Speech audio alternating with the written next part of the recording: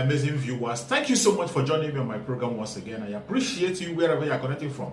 If you have not subscribed to my channel, please kindly subscribe to my channel. Click the notification bell so that you'll be notified each time I upload a video.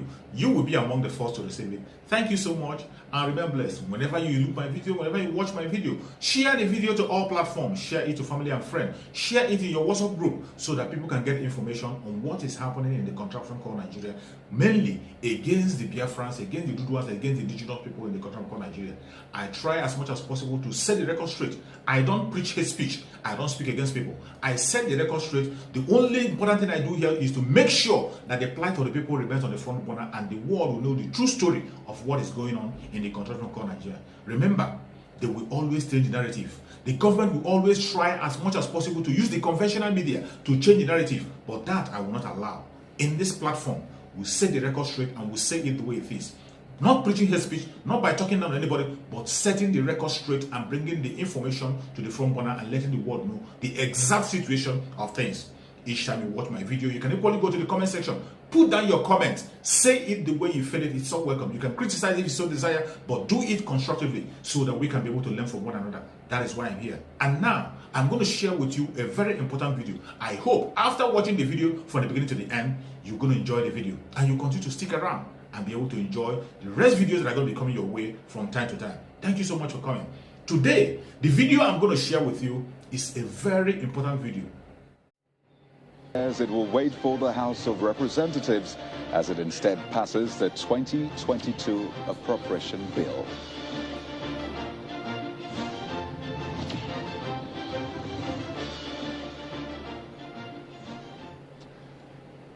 Hello and welcome to Politics Today, coming to you live from Channels Television's global headquarters here in Lagos, Nigeria. I'm Kayode Okikilu, and tonight we begin at the presidential villa, where President Muhammadu Buhari today presided over the weekly Federal Executive Council meeting at the State House. Well, a look at the calendar indicates that this might be the second to the last FEC meeting for the year. Well, shortly before the meeting started, President Muhammadu Buhari launched Nigeria's National Development Plan 2021 to 2025, approved by the Council in November at a meeting which was presided over by Vice President Yemi Osinbajo. Now, prior to the public presentation of the official document, the Minister of Finance, Budget and National Planning, Zainab Ahmed, disclosed that the new document replaces the ERGP, that's the Economic Recovery and Growth Plan 2017 to 2020. Now, the ERGP had three broad strategic objectives. And let's just tell you that those three broad strategic objectives include restoring growth, investing in the people through job creation, youth empowerment, social inclusion, and the rest. And the third one is building a globally competitive economy. But let's take a look at the projections of the ERGP for 2020 and today's reality. So the ERGP 2017 to 2020 projected a GDP growth of 7% for 2020. Today, we're at 4% GDP growth. Next is inflation rate, which was projected at 9.9%. Well, today, the inflation rate is 15%. For unemployment, it was projected to be 11.23 as at 2020. Well, today we're at 33.3% in a nation where poverty rate is at 40%. Now, all of these, these figures, by the way, are according to the Bureau of Statistics. So that's for the ERGP. But let's talk about this new plan. That's the National Development Plan. Well, the Minister of Finance says it is designed to, among other things, facilitate the nation's robust development in the area of science and technology, as well as achieve its agenda on the continental and global levels. Well, those physically present at the event, Ministers of Information and Culture, Lai Mohammed, Minister of Water Resources, Suleiman Adamu, and that of Power, Abubakar Aliyu. We had the Minister of Justice as well, Abubakar Malami, Minister of Industry, Trade and Investment, Niyi Adebayo, as well as the Minister of State for Education and Budget, National Planning, Clement Agba. Well, the Governor of Kebbi State, Atiku Bagudu, was there also to represent the Chairman of the Nigeria Governors Forum, Governor Kayode Fayemi of Ekiti State. Well, still at the State House, but on party politics this time around. The governor of Kebbi State, Atiku Bagudu, who was at that presentation, the unveiling of the National Development Plan, dismissed talks that the APC will become submerged by dissenting voices within the party. Well, in a chat with State House correspondents today, the governor maintained that one of the hallmarks of a good democratic system is the disparity in opinion. And as such, he believes that the difference in views will culminate in a better shaped society.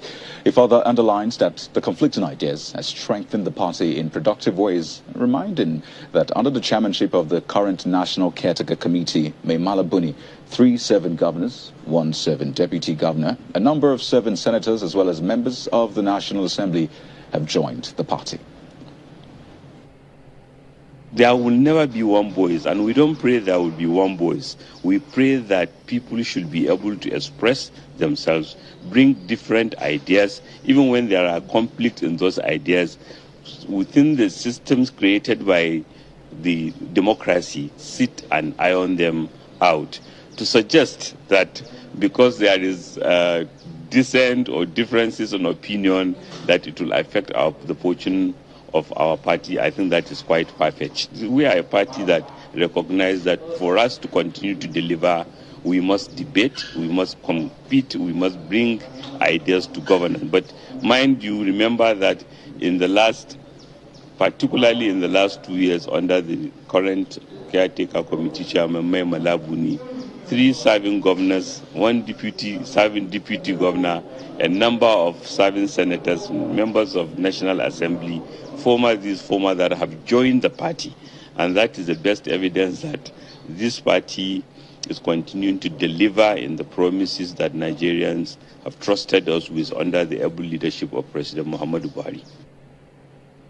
So while all of those meetings were holding at the State House, the Senate was holding a very crucial plenary over at the National Assembly. Their colleagues at the lower house, that's the House of Representatives, had closed for the Christmas and New Year holiday yesterday. But the senators decided to stay back to deal with 2 very important issues: the 2022 appropriation bill, the budget, and the much talked about Electoral Act Amendment bill, which the president had declined to give his assent. So there were indications that the Senate was not going to pass the budget until they were clear on what to do with the rejected electoral bill, which is now back on their table. In fact, a federal lawmaker, Senator George Sekibo, had confirmed to Channels Television that he and his colleagues had already gathered 73 signatures with intent to override the president and pass the bill into law. Well, a quick crunching of the figure shows that 73 of 109 is more than enough to override the president's veto, at least for the Senate.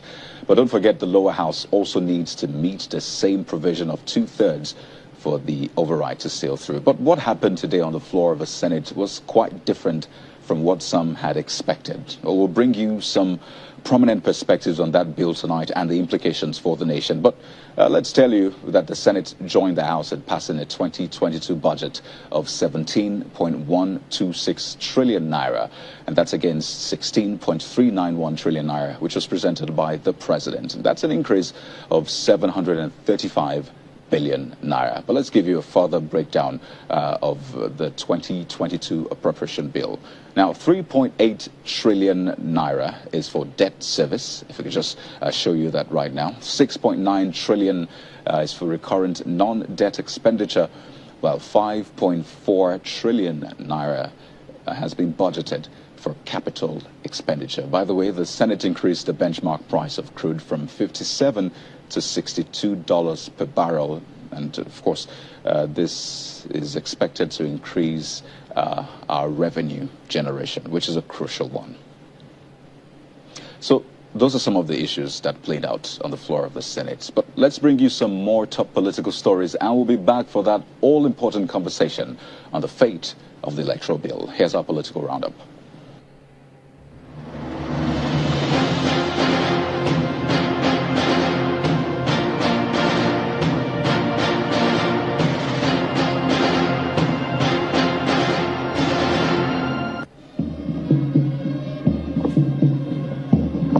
The Ebonyi state government has inaugurated its arm of Ebubeagwu, the regional security outfit created to improve safety of lives and property in the southeast. Governor Dave Umahi performed the official launch, which took place at the Pa Oruta Ngele Township Stadium in Abakaliki, the capital, on Tuesday. Governor Umahi, who promised to ensure the provision of maximum security for all Ebonyi citizens, said Ibubiago has come to stay. What we have here is very lawful and will continue to be for the benefit of our people.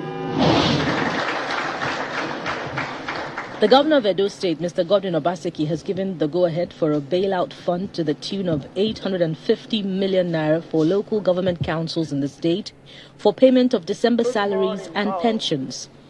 Mr. Obaseki explained that he got the recommendation from the state's Ministry of Finance, which confirmed that the councils are yet to receive allocation from the Federation account even after the December 18, 2021 FAC meeting in Abuja. As residents of Ogun State prepare for the Yuletide celebration, the state governor, Dapo Abiodun, has called for moderation and responsiveness in the face of the ravaging COVID-19 pandemic.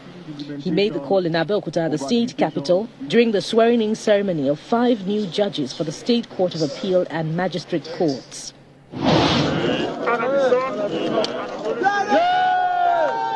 The Kayode Fayemi administration in Ekiti State is racing against time to ensure all projects at hand are completed before the tenure expires next year.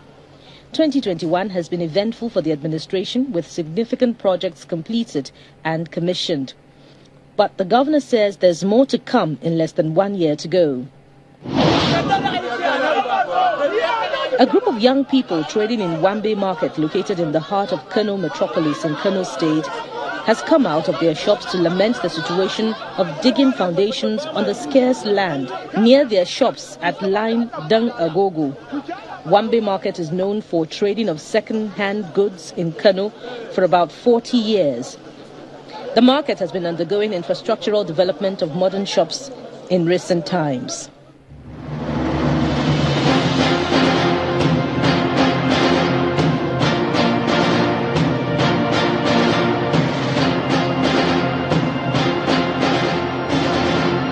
It's the day after the president's letter was read on the floor of both chambers of the National Assembly, and all eyes were on the Senate to see its official response to President Buhari's declining assent to the Electoral Act Amendment Bill. And it was looking like the first override of President Buhari's veto was going to take place today. But that was not to be, as the Senate President Ahmed Lawan indicated that what may be some sort of retreat, saying that the upper chamber will consult with the House of Representatives when it resumes January next year on how to respond to President Buhari's letter on the bill. Well, Senator Lawan made this known after the upper chamber rose from a closed-door session to deliberate on the president's decision yet again, and of course centers around the direct primaries provision in that amendment. He also said, that's the Senate President, said that the Senate resolves to consult with constituents on the bill during its recess.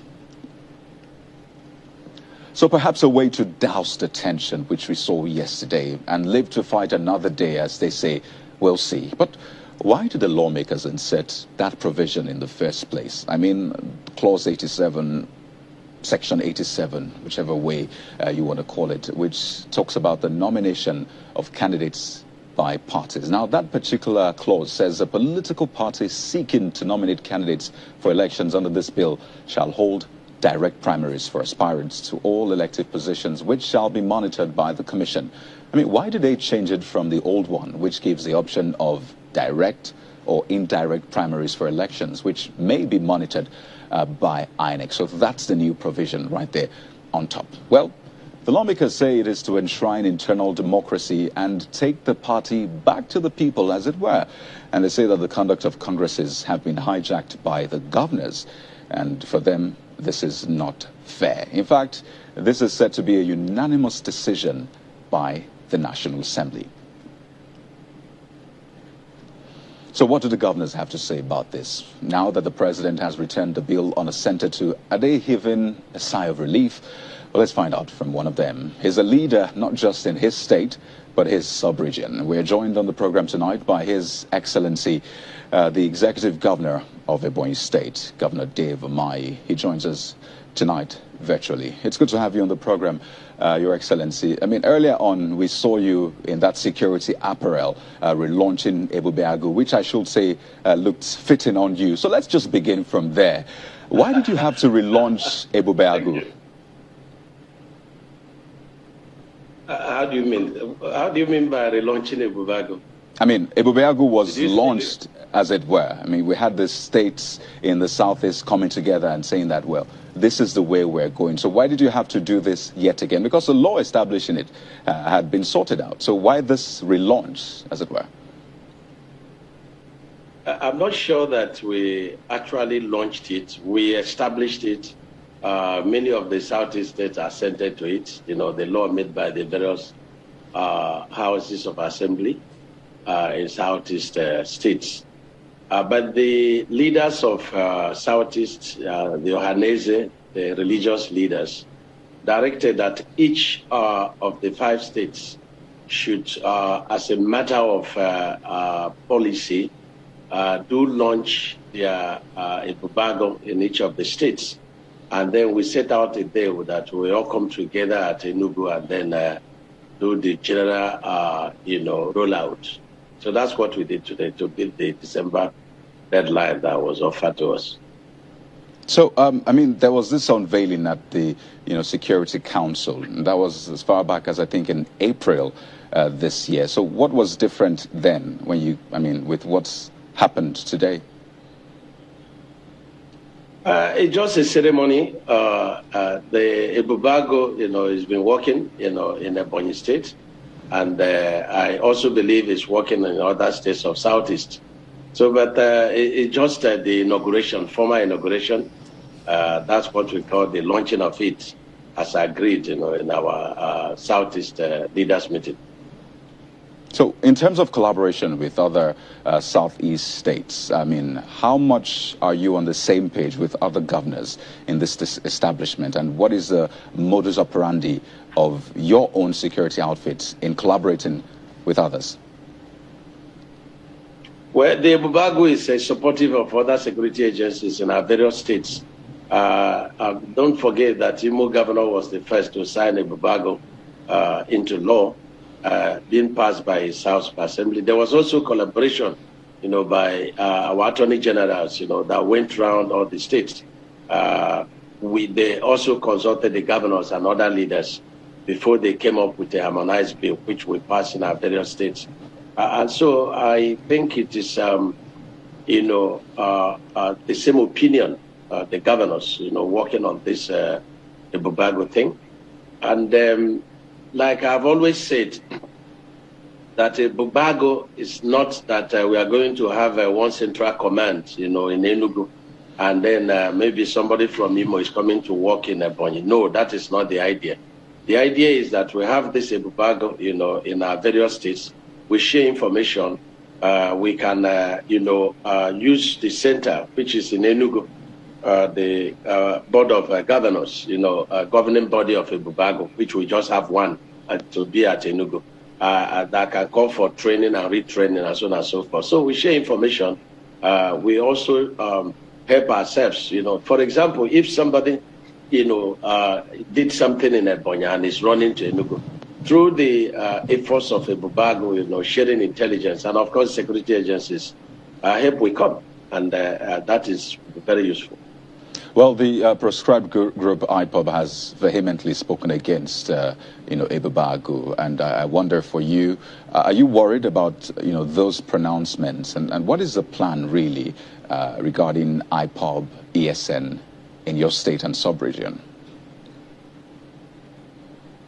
Well, it is not something I should talk about. I should concentrate talking about Ebube Agu, because you know very well that even if they were IPOB and even if they meant well, the activities in the past 1 year has been hijacked, and all kinds of atrocities are, being committed in their names. And so it's not something that anybody is happy about. The Southeast economy has been destroyed. There's killings. There are still places that sit at home in Southeast, even when they say, look, we don't want to sit at home again. But the criminals, we no longer have kidnappers. We don't longer have armed robbers. They all claim to be ESN and the IPOB. And the IPOB, knows this. And again, there are too many people that are speaking for IPOB. You see any man in the comfort of his room outside the country speaking for IPOB. So it's not something that Southeast governors are worried about. We are worried about general insecurity in Southeast and how we are tackling it. And that's the duty we signed to protect the lives of our people. So we don't care about somebody in the comfort of his home and talking all kind of things. We are legitimate government, and an illegitimacy, should not be given attention. That's our position. Well, I mean, there will always be questions also about the Yuletide and how, security agencies will come together, because this is usually a high peak period with people traveling, especially, to their hometowns, villages, to celebrate with family. But, Governor, let's get into the big one.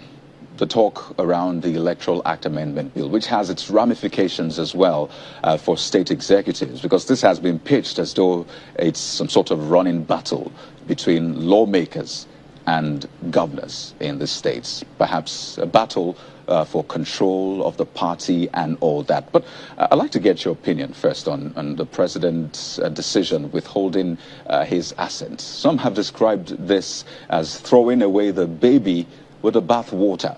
Do you agree? Well, let me say that there is no battle between the legislators and the governors. The party politics and party administration and leadership, quite clear in the various political parties. I would rather, congratulate Mr. President for not assenting to the bill. I will also commend the legislatures very well, because they did very thorough work. The issue of electronic transmission and so on and so forth, so it's something that we should commend them. But as good as the work they did, the problem of that Electoral Act is this issue of direct primaries. And when I listen to people, speak about this, they're more concerned about, that it is altercation between governors and the legislature. It's not so. It's not true. Nobody's been able to speak to the points that Mr. President says these are the reasons. And let me tell you something that you must know. You see, the opposition in this country, whether it's PDP or APC, I think there should be, seminar and training on what opposition ought to be in a democracy. If Mr. President has assented to the bill, and then the confusion mentioned, and which I'm going to, speak to this evening, they will say, oh, it is the making of APC so as to scuttle democracy, and then for us to seek the APC to seek third tenure. Now, let me let me start with the issue of multiple litigation, arising from this. If, for example, in my state I have 171 wards, and let's say in the issue of governorship primary, for example, and there are, say, 10 people contesting for it. Now, these 10 people are, in one party. They're supposed to now, appear, of course, with their representatives in all the 171 wards. Now, if one person wins, remember that we are not good at accepting defeat. The tendency is that 9 people are going to institute, litigation against the winner, the same political party, and they will be talking about the 171 wards. Keep it there and think of the fact that there may be 20 political parties, that are going to also be participating, in their various political parties. Think about the number of litigation that is going to be arising out of this. That is number one. Number two, look at what happened in Anambra State, where people adopted direct primary. Look at the result of the main election and the result of the primary election, where some people were getting 250,000 votes during the primary election, and then during the election they got 43. Is that not telling Nigerians something? That there will be an act of desperation, people trying to populate the party register, even more than the population, the national population. And this is what is going to happen. Because let me quickly follow up. Wants to say, look, Pardon me, let me quickly follow up on some of those points you have made, so we don't lose trail of these, important points. So the two examples, the one about litigation and the talk about the primaries that you had, discrepancies, this is essentially a failure of the party, because parties are essentially meant to conduct, their primaries in a free and fair manner. Some will say litigations actually arise when other candidates feel cheated, when they don't see the process as free, fair, and credible. And for the discrepancies as well. I mean, a party should have its own, directory. I know your party has done some form of registry and all that in recent times. So isn't that a failure of the party? And it shouldn't be blamed on the law itself, because the law is clear.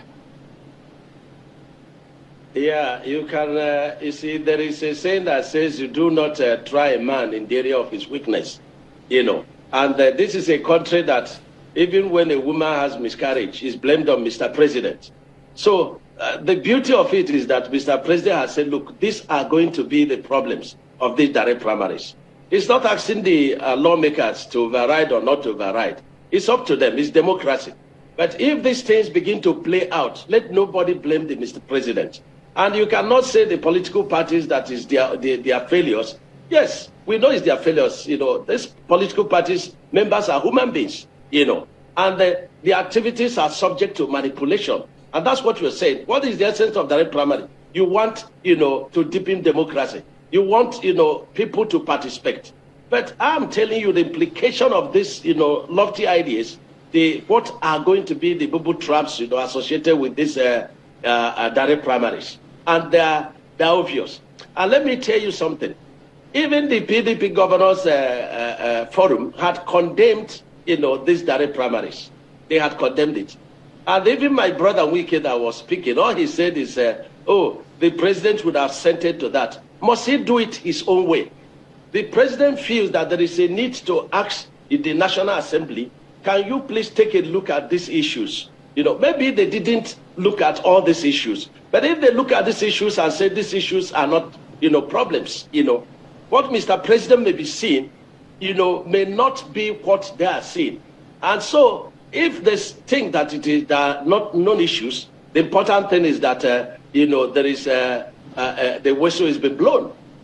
So that's what I think. Right. So I'd like you to listen to, the view of one of the lawmakers regarding this. Your party set up that tripartite committee to look into some of these issues and more. So I'd like you to listen and then get your response. We stand on the legislation passed by the two chambers of the National Assembly, and it is irreversible. We have concluded that the law stands. We are returning the party back to the people, that is conducting direct primaries. We believe that that is the only way we can ensure internal democracy within the All Progressive Congress. The conduct of the congresses, right from the ward level up to the state level, was being hijacked by the governors. And we felt that as a remedy to this, in order to save our party, it's better we adopt the direct primaries. This is the only way the party can survive and can face all other parties that will contest with the All Progressive Congress. We have respect for the governors, we have respect for the members of the executive, and we have always done their bidding. But this time around, we want direct primaries to stay. And no member of the National Assembly has said no to this. So that was Senator Alero speaking after the tripartite meeting last month. He was presided over by Vice President Yemi Osinbajo, and he referenced hijacking of the party by governors. He says that this is the best way forward to ensure internal democracy. How do you respond? You see, I'm surprised that a former governor could say that governors are hijacking parties.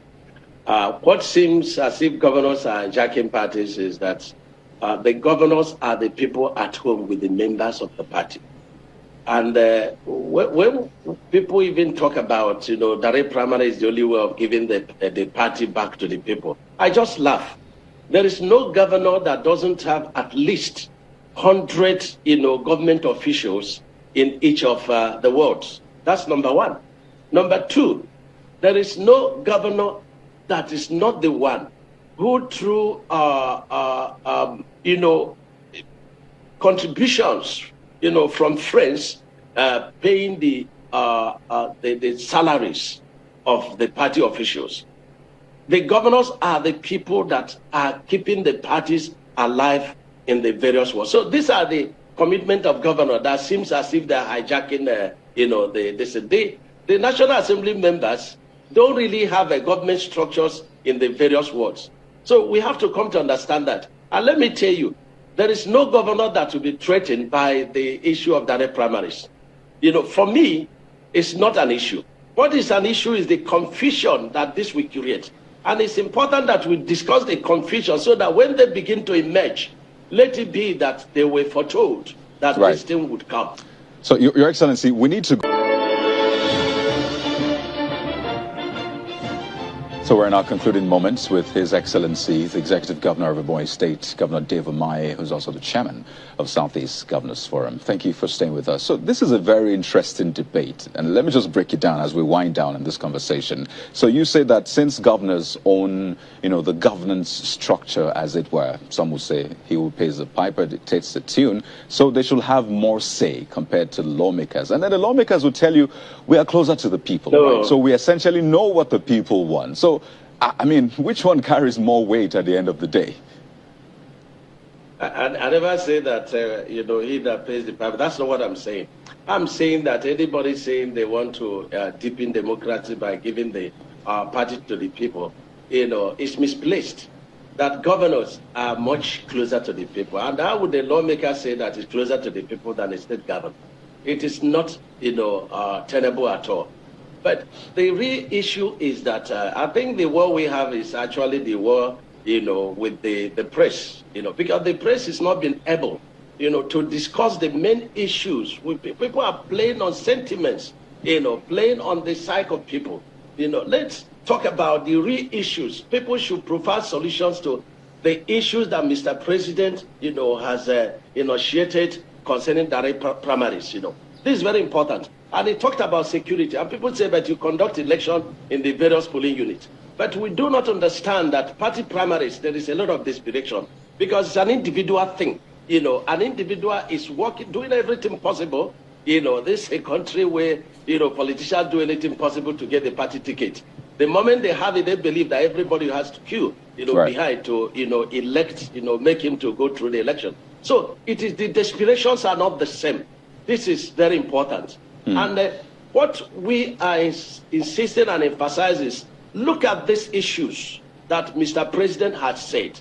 Look at them, discuss them. If you feel there are non-issues, then there is no problem about that. But the truth is that I've been a party chairman for 4 years. I've been a deputy governor for 4 years. I'm a governor running to 7 years. And so I can understand and I can discuss party politics. And this is very important. Well, so I've conducted many elections, and I know the desperation of politicians when it comes to primaries. Well, the good thing is that the lawmakers are going back to their constituents to discuss. I mean, at least that's what the Senate president said. And I wonder what kind of conversation you'll be having with your lawmakers in the state. So we'll have to thank you so much, Your Excellency, Governor Dave Umahi, for sharing your thoughts on this topic with us on the program. Clearly, this is an ongoing conversation. I'll look forward to having one with you in the nearest future. Thank you. Thank you very much. Thank you. So, let's expand the conversation. I mean, the president gave at least 6 reasons for withholding his assent. And let's discuss this and more with Senior Advocate of Nigeria, Mr. Femi Falana, who joins us from the nation's capital, Abuja. Oh, thank you, Senior Advocate, for staying with us on the program tonight. Well, I mean, we had a very interesting conversation with Governor Dave Umahi, and he says that there are booby traps ahead with this direct primary provision. You have spoken about this, but seeing the examples he gave about litigation, about some of the discrepancies, security, Do you maybe see reason?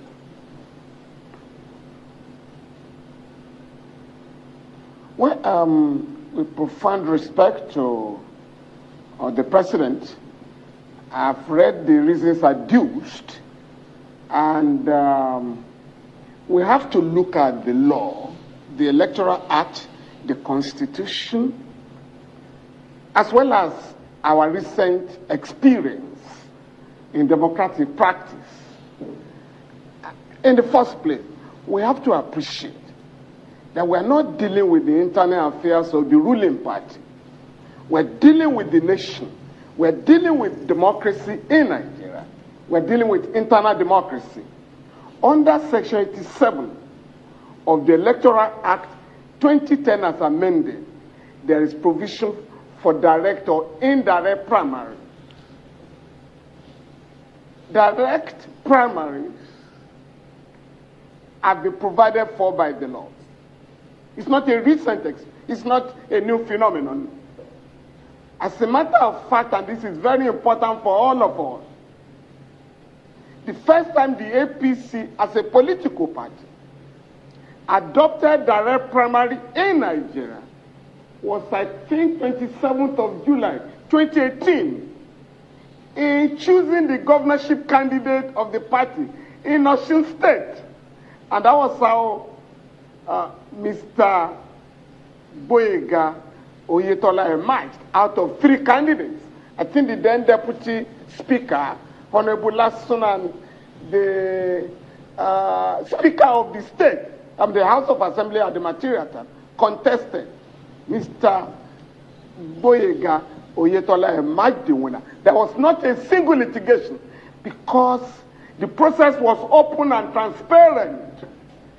The second time the APC adopted direct primary was on the 29th of September 2018 in choosing the presidential candidate of the party for the 2019 election.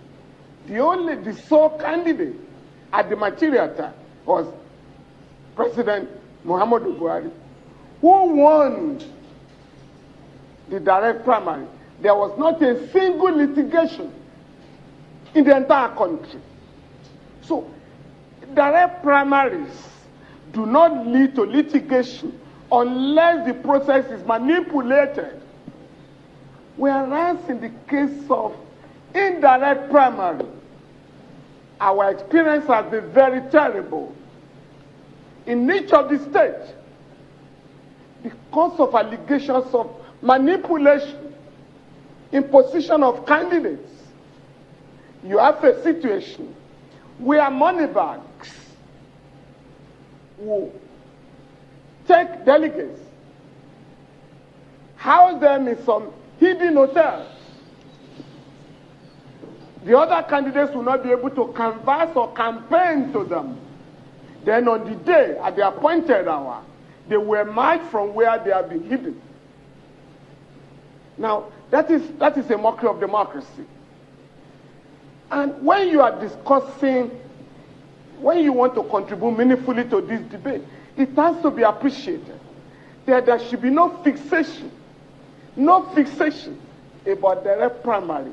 You must look at the entire amendment in totality. In other words, if you have adopted electronic voting, electronic transmission of results, accreditation by electronic means through the use of the card reader, what is the security?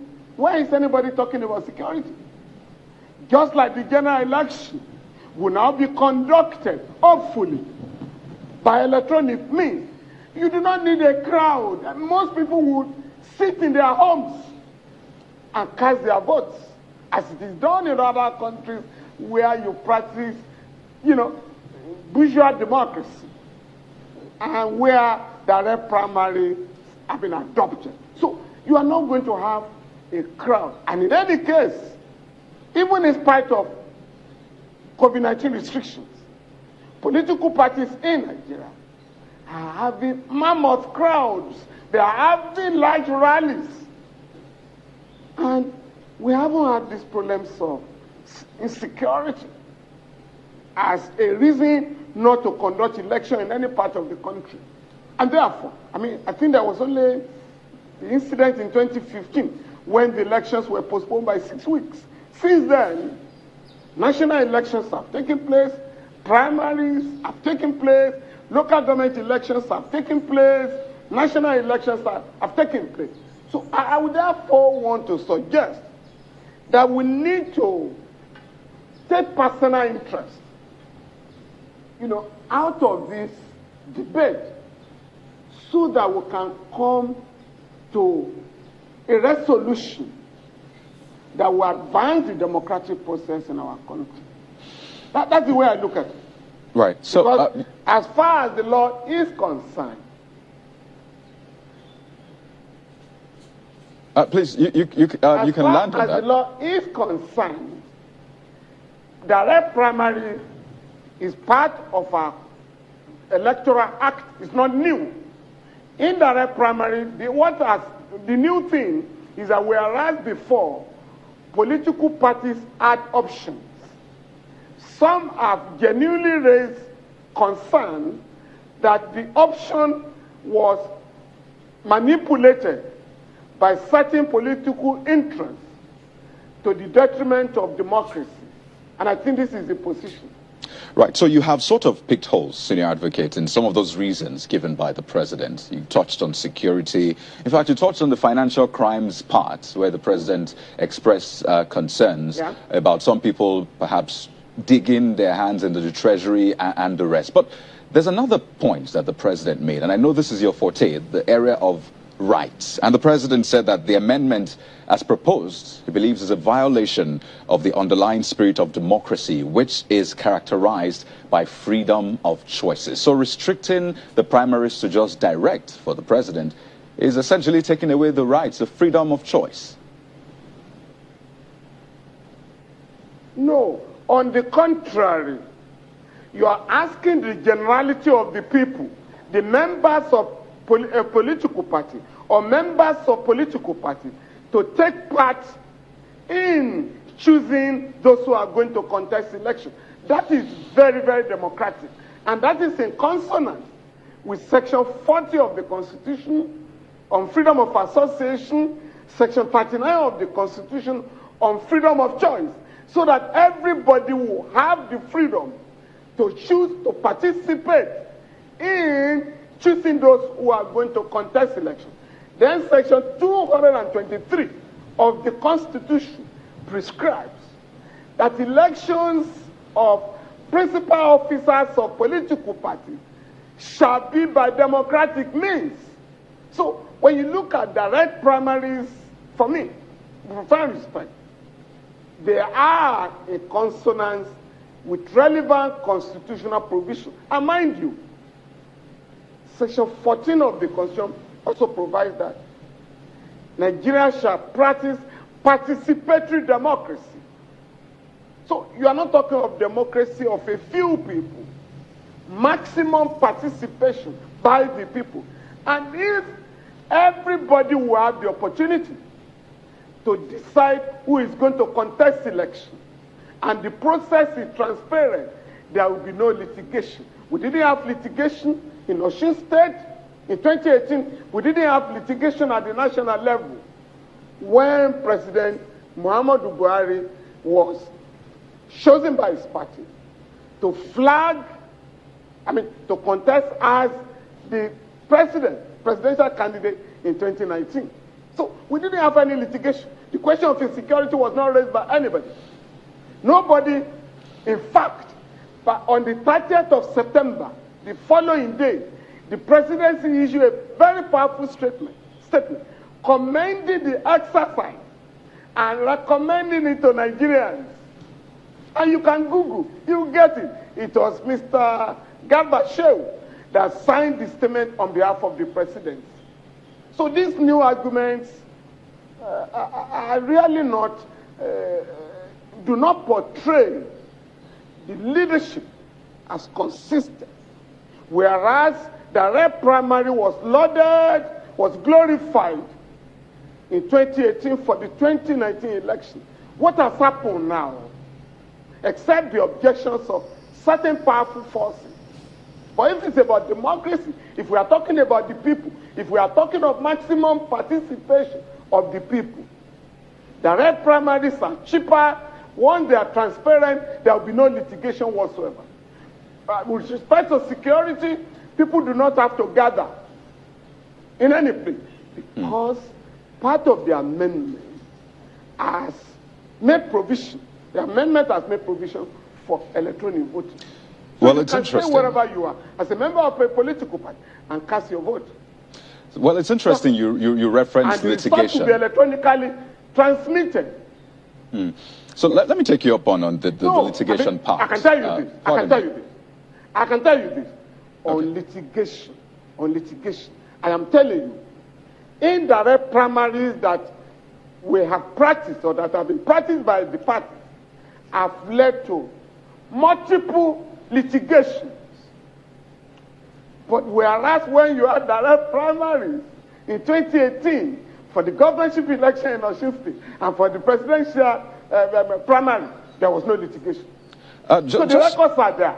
Just to put this in context, senior advocates, don't forget that just on Monday, Justice Inyageko of the Federal High Court gave a judgment regarding that primary in Anambra State that touched on the APC and eventually nullified the candidacy of the APC's candidates in that election. And that was essentially a direct primary. So we've had litigations, and it seemed it has ended bad.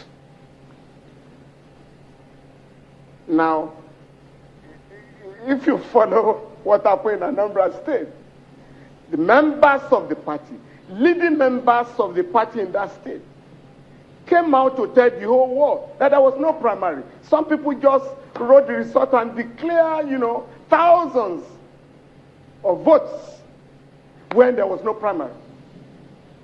So, and that's why I've insisted, once the process is transparent, and I belong to a political movement, the People's Alternative Political Movement, that has studied this situation and has come up with its own findings, and to the effect that indirect primaries have created more problems for the democratic process in the country.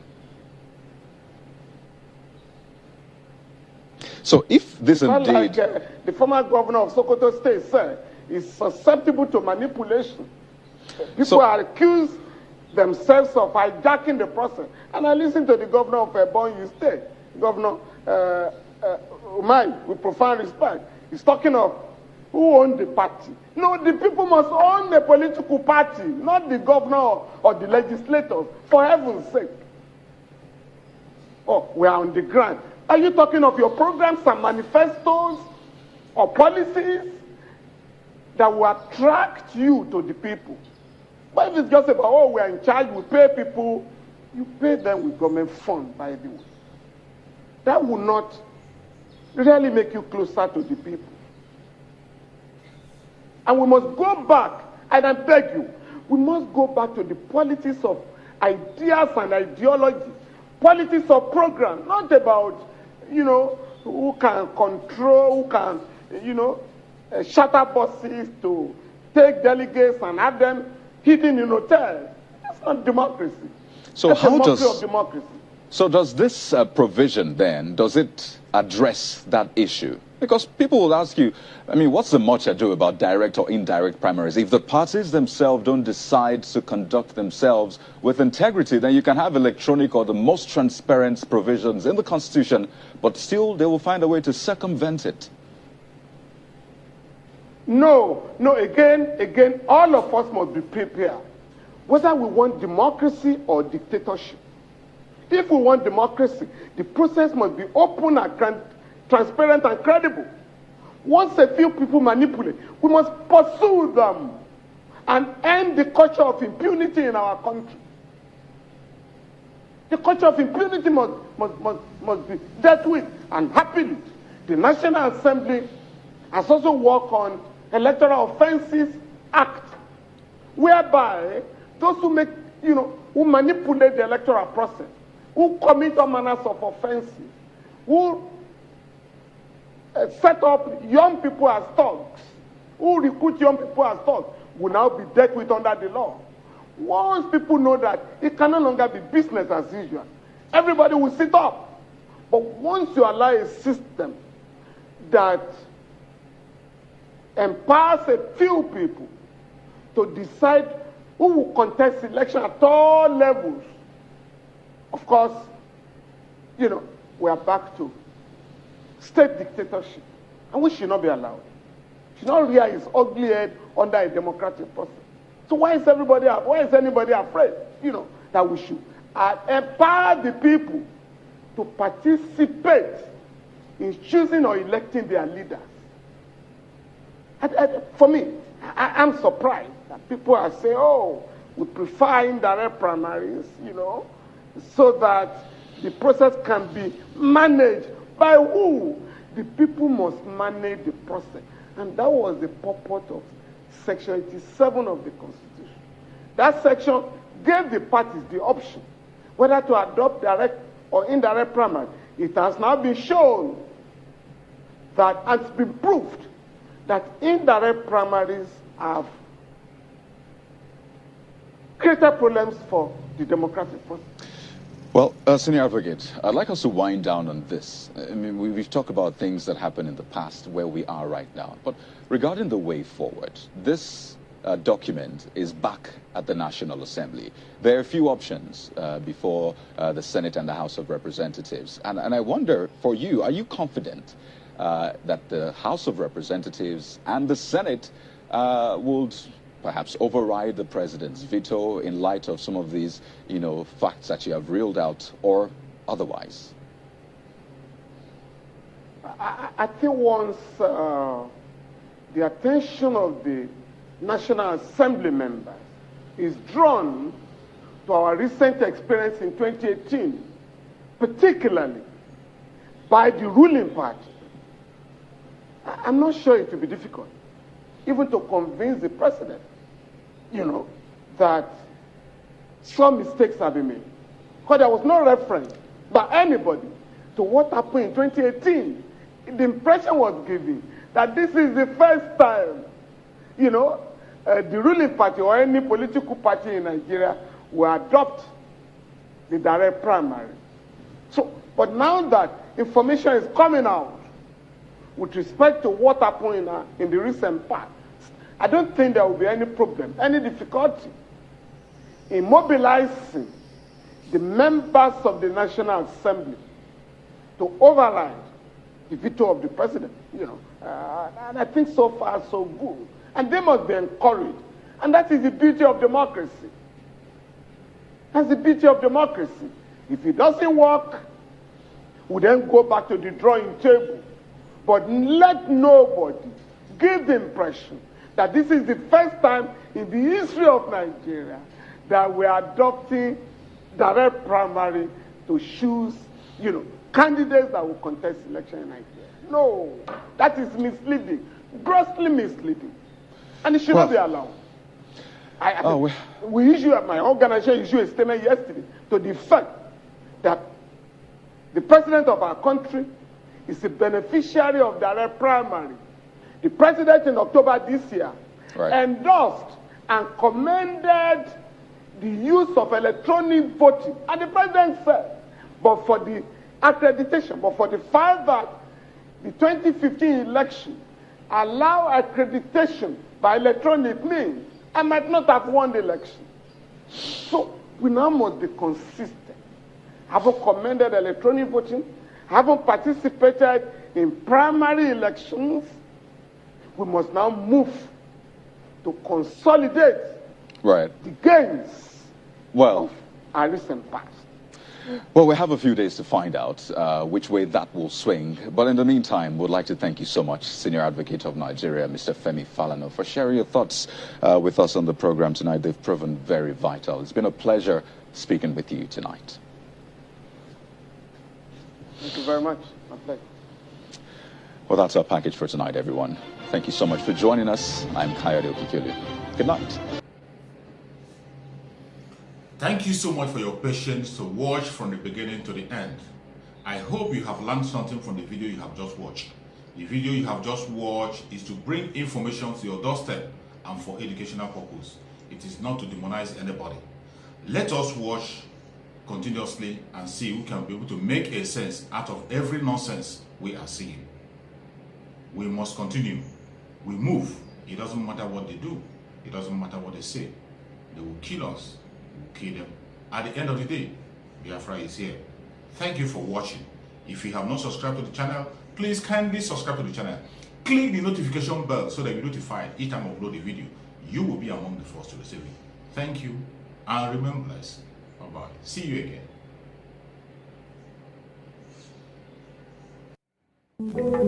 again.